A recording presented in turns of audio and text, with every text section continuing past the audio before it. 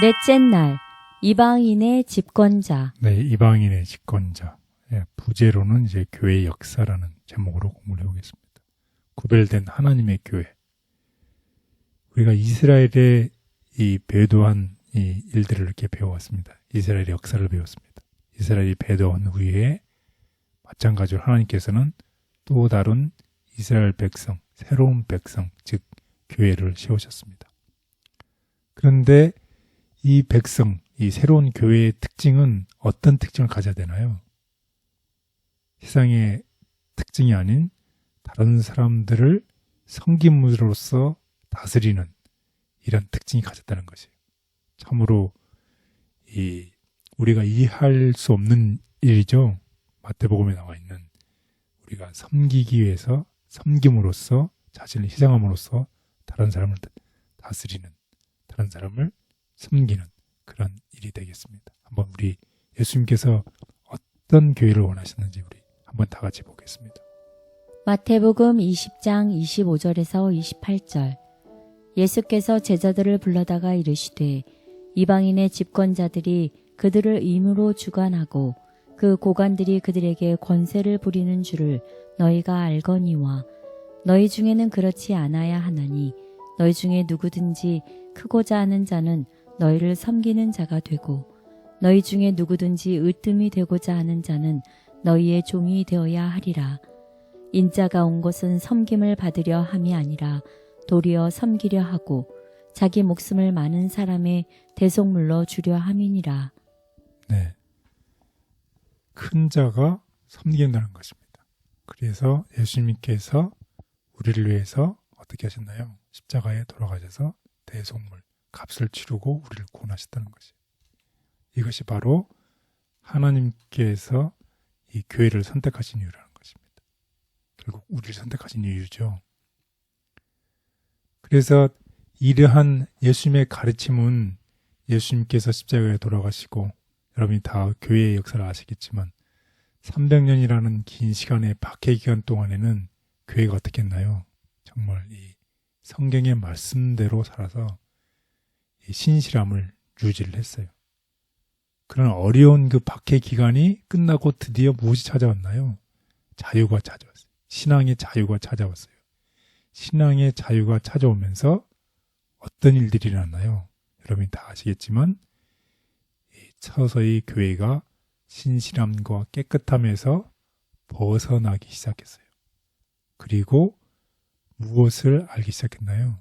비공식적인 이 통치자가 되기 시작했어요.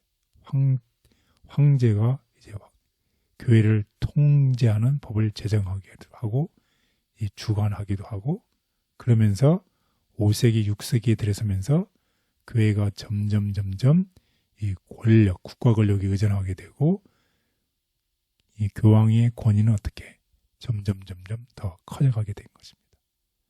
그래서 정치적인 영향을 미치게 됐어요. 교황들이 서속 군주들에게 영향을 행사하기 시작하고 때로는 어떻게 왕까지 어떻게 폐위시키고 영토를 통제하기 시작한 것입니다.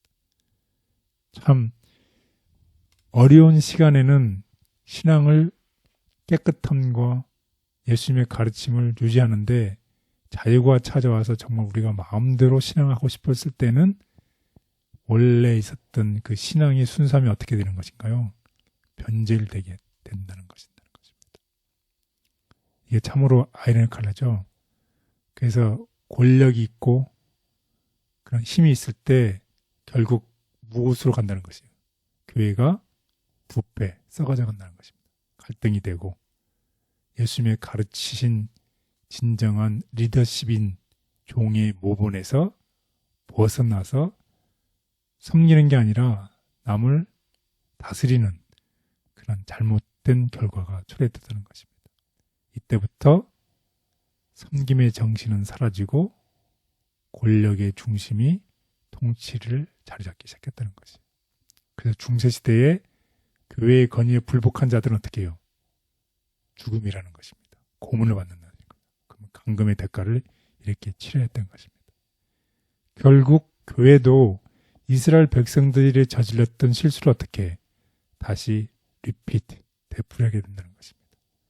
그래서 우리가 이 하나님의 율법을 우리가 무시하고 인간의 통치, 권력을 더 큰 것으로 여길 때, 우선시할 때에 이스라엘 백성들에게 왔던 그 부패와 그런 이 멸망이 다가오는 것처럼 이 하나님의 교회도 이러한 일들이 반복됐다는 것입니다. 하나님의 율법을 무시함으로 생기는 타락. 로마 교회가 권세를 잡게 되므로 이른바 암흑시대가 시작되었다. 그 권세가 더해 갈 적마다 암흑은 더욱 짙어졌다. 믿음은 진정한 기초이신 그리스도께로부터 로마 법왕에게로 옮겨갔다. 사람들은 죄의 사유와 영원한 구원을 하나님의 아들에게 의뢰하는 대신에 법왕과 법왕에게서 권세를 받은 신부나 주교에게 구하게 되었다. 법왕은 세상에 있는 그들의 중보자이며 그를 통하여서만 하나님께 나아갈 수 있으며 법왕은 그들에게 하나님이 위치에 서 있으므로 그에게 절대적으로 복종하지 않으면 안 된다고 그들은 배웠다. 죄는 신성이라는 가면을 쓰게 되었다. 그런즉 성경이 금지를 당하고 사람이 자기를 지극히 높은 자라고 할 때 우리는 거짓과 속임과 불법에 대하여 경계해야 한다. 사람의 법과 전설이 높임을 받을 때에는 언제나 하나님의 율법을 무시함으로 생기는 타락이 나타났다. 인간 왕을 요구함으로 걷잡을 수 없이 타락한 이스라엘과 같이 교회도 이방 집권자를 교회에 들이고 세상과 타협함으로 심각하게 타락했다. 타협. 핍박으로 진리를 깨뜨리고자 했던 자기의 노력이 실패로 끝난 것을 보고 사탄은 일찍이 큰 배교를 일으켰던 타협적 방침을 다시 사용하게 되었다. 그는 그리스도인을 유혹하여 그들로 다신교도는 아니지만 색에서 만든 우상을 섬기는 것과 다름없이 이 세상 사물에 몰두된 자들과 연합하게 만들었다. 이와 같은 연합으로 옛 시대보다 더 심한 해독을 끼치는 결과를 만들었고 종교라는 가면 아래 교만과 사치를 마음대로 자랑함으로 교회들은 부패하여졌다. 세상에 속하여 살면서 익숙한 풍습대로 결정하다가 하나님의 일을 바로 보지 못할 때가 있습니다.